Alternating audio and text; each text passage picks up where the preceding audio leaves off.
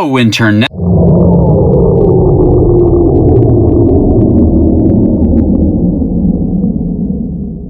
Well, okay, now I can see, but the power's still out, so talking about Monster Party is out of the question.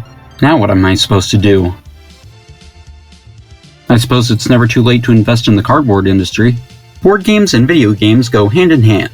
The earliest digital games were conversions of tabletop titles, and it didn't take board games too long to return the favor. The first of these was Frogger, released in 1981 by Milton Bradley. The original arcade game is as simple as you get. You move the frog from point A to point B, which translates pretty well to a board game. Both players try to get all their frogs to the other side, rolling the dice to move the frogs and the obstacles. The premise and mechanics translate really well to a board game, and it almost feels like it was designed as one originally. The Pac-Man board game is a similar story, albeit with a few differences. It features 4 Pac-Man pieces, or Pac-Men, that can open up to eat the dots in the maze, as well as 2 ghost pieces that the players can also move around, pretty much exactly like the Frogger board game. The Super Mario Bros. Board game is a different story, however.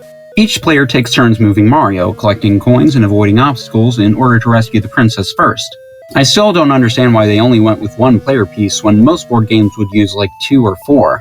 And the same is true for the Zelda board game, although this one is more focused on collecting items and exploring than just reaching the end of the level. Even the official Sonic the Hedgehog board game went this route.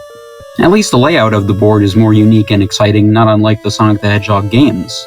But my personal favorite video game board game is Portal, the uncooperative cake acquisition game. Now, the original Portal is one of the greatest games of all time, and this definitely does it justice. Each player moves their collection of test subjects through the many chambers of Aperture Science, utilizing familiar items like the turrets, companion cube, and portal gun, with your goal being to collect more cake than your opponents.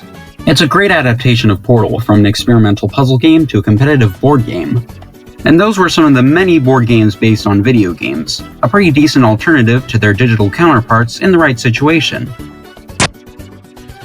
Hey look, the power's back on. Now I can finally...